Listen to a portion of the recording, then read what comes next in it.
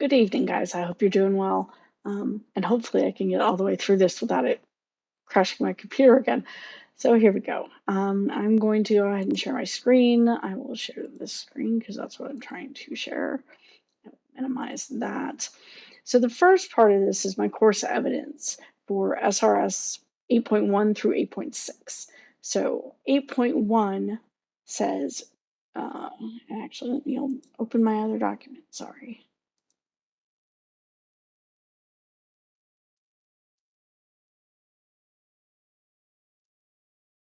Here's my other document. Sulfur one. There it is.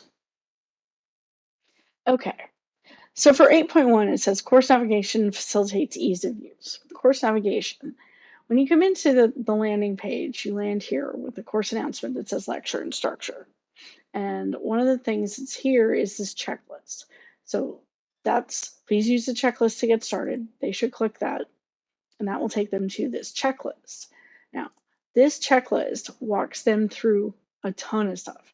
So my introduction, my contact information, their introductory video that I've recorded for them, the topics, and pre-lab and summary. Oh, actually, both of those belong somewhere else, and I apologize because they should have been moved.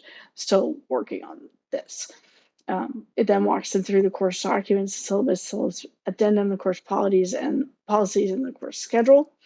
Gets them into ALEX, which is our external learning tool, so that they can set that up. Shows them where the textbook and the assignments are in ALEX, because I get a lot of questions about that. And indicates that they need to do the initial knowledge check that is in ALEX. And they're told that they need to have that done, finished by, and there's a date here because I need to make sure that date gets changed every semester. Failure to do so will result in them being dropped from the course for lack of attendance, and that is true. So that will have a due date that gets put on it every semester, but it's not live at the moment. So that gets them into and they need to do the initial knowledge check in D2L. So this should take them and set up the link, and then they should see the initial knowledge check in there, and then they know they have to do it. This takes them through a tour of the site. So everything under exams is the material that they'll be tested on. Everything under the labs includes the lab stuff that they're going to have to do. That includes pre-labs, which was above in the wrong place, the post-labs, and the lab notebook, and then the lab final. So that's everything that they get graded on. So that's information about each and every one of those things. Once they've gone through all of that, they get directed to their first homework assignment, which is in the scavenger hunt. And their scavenger hunt is meant to take them back through all of those documents, point out some of the really important stuff in it. It's 10 questions. They get feedback on each and every answer that they get wrong. So if they get something wrong, it'll tell them the right answer. The point here is not to test their knowledge. It's to make sure that they know what I need them to know. And so eventually they always get full credit for that as long as they've done the entire checklist. So that's how that works. I'll go ahead and save and close that, but I think that gives them navigation, where they should go and when they should go there. As far as organization of the content, there's stuff for exam 1, 2, and 3. There's stuff specific to lab and for the final, and then there's a little section on the how-to discussions, which I introduced all of that in the introductory video. Okay, so I think that we've met 8.1. Excuse me, sorry. As far as the 8.2, the course design facilitates readability. So I haven't done a ton of not standard D2L stuff in here. The biggest change I have made is in the introduction that's here. And the thing that I've changed whenever I make emphasis changes, they get done in one particular font. So this used to be bright pink. I have now modified it. So if you highlight this and go to this and say select a color, it'll tell you that it's this one right here. And what you'll see is that the small contrast and the large contrast are both checked. And when I had this done previously, it was this one. Oh, and actually, it does still have both. Awesome. So I will go ahead and do that.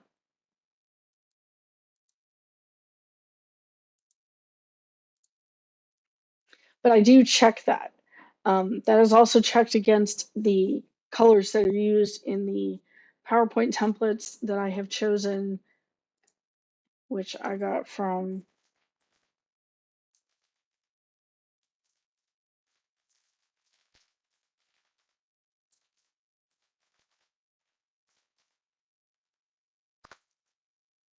so accessible templates for Microsoft Office. These are all um, with the accessibility guides. There are some samples for the PowerPoints, and I have chosen one of these. There are there are like 5 of them that you download. I've chosen one of those. Once I chose that, I looked at the colors that were in it, assuming that they had good contrast, and then used that to build the template that I use in Microsoft Office. And then any colors that I use in the D2L page are consistent with that. So, and I check the contrast on D2L to make sure that everything is good. So I think readability, we are fine. All right. As far as 8.3, course provides accessible text and images and files, documents, LMS pages. Oh boy. This 8.3 I have not met. And the reason that I say that is because if you go into the content and you look at any of the stuff that's in this content, so if we go into chemical equilibrium, which is one of the topics for exam 1, we have lecture topics, we have our chemical equilibrium, all of these things have been checked for contrast, but not for a lot of other things. So if we're looking at the chemical equilibrium, and this is a PDF of a PowerPoint document, what you'll see is that none of these images have any kind of alt text associated with them. None of them. Another thing that is an issue, I haven't checked this particular image to see if it's accessible. I don't know that it is. I also haven't checked, there's no alt text on that. And I have not done,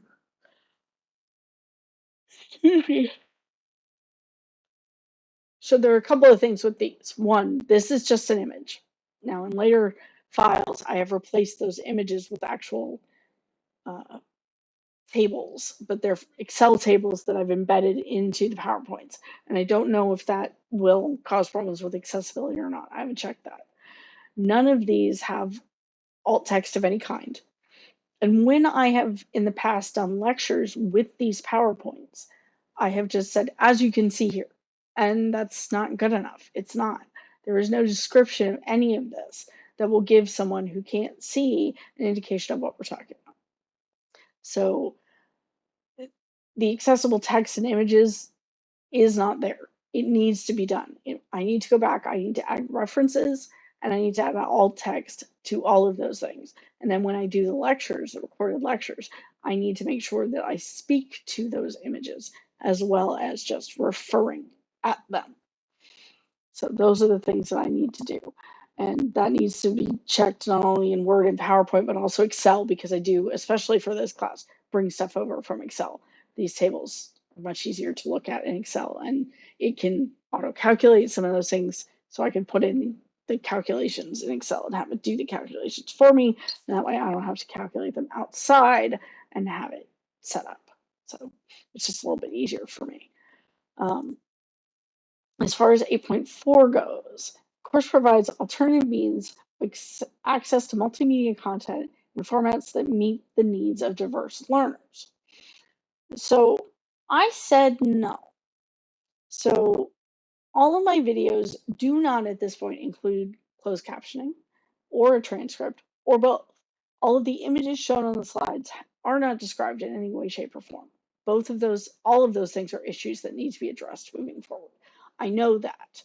So I need to go in first, add all of the references and the alt text, and then when I am speaking to this in the lectures, I need to make sure that they are spoken to appropriately.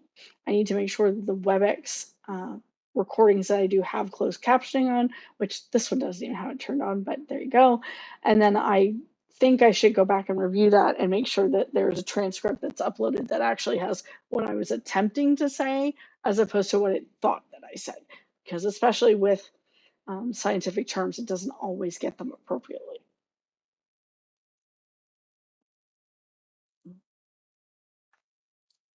Now, there are some things that are in 8.4 or 8.5 that are okay. So if we look at the specifics of 8.5, it says, and I will, a number of things. These are things, so here are the things that I think are okay. We don't really have animations that are currently present. There are no animations that exist in my slides. Any animations that do exist are in the external tool. That external tool is guaranteed to be accessible to people. So we have that statement from them. Okay. The videos that I provide, and actually I should show you one of those videos so we can talk a little bit about this. So with each topic, there is a video. These are somewhat older, haven't been done in a while. Good afternoon. There is no closed captioning on any of these, again, as I stated, but they can be resized. These are YouTube videos that have been put up here. They are unlisted, so they cannot be publicly searched, but anyone who has a link can get to them, and that's something that I can talk about. But everything is on my YouTube channel. They can be played, paused, whatever the students want to do, how they want to do it. I have also, when I speak in these lectures, I encourage them to stop and work on the problems because that's what I have them do in class. So I ask them to do that so they can control the movement. I also know that ALEKS and D2L are both cross-platform and cross-browser compatible, and they are checked for accessibility. So there is that. Things that don't that were not addressed appropriately. All of the videos are longer than 20 minutes, every single one. That is something that I need to work on, and I've actually had complaints from students in the past that they're too long.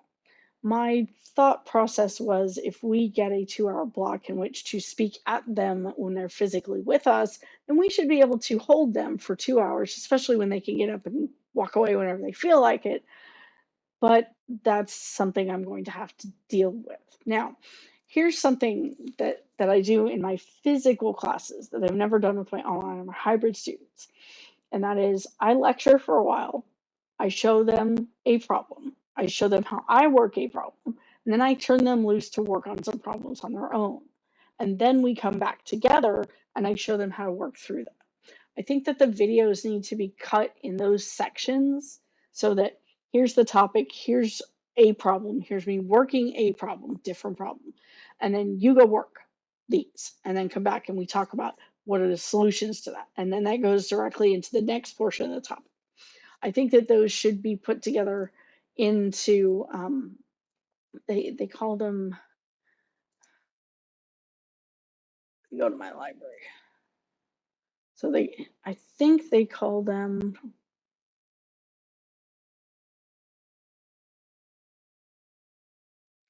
playlists, I think is what they are. And so then you can attach them together so that they know that there are multiple videos and they should go into the next one.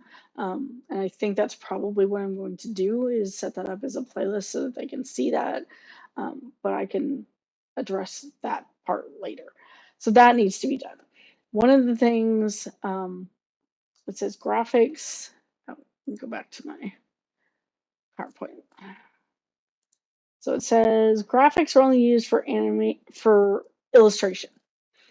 And that's really not, I mean, yes, that is true. I typically only use graphics for illustration of ideas, but that's not something that gets spoken to. And again, that needs to be addressed. Now, I think the images are sized such that they can be seen and interpreted by the eye, but I don't verbally describe. So that needs to be addressed. And the audio quality of the recordings, the ones that currently exist, suck. Oh, they're so bad. But I do have a new microphone and a new setup here that I'm using, so that should be better for the next time I actually do this. So hopefully that will have been addressed as well. As far as 8.6 goes, vendor accessibility statements were provided for all technologies required in the course. Now, I do have a document that I'm building, and let me see. I think.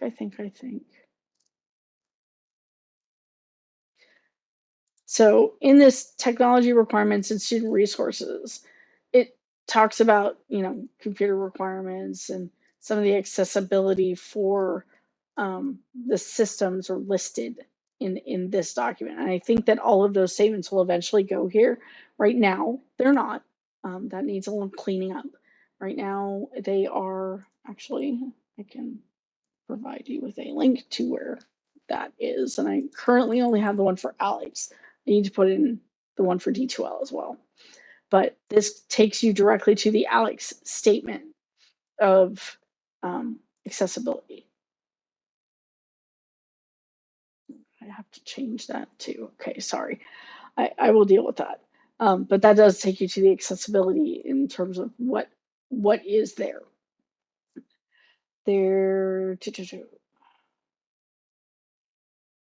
And that is it. That was everything that I was supposed to talk about for that. So that portion is now done. Now I'm going to go ahead and stop this so that you can see that'll be the first part. So I'll stop this and I will stop the recording.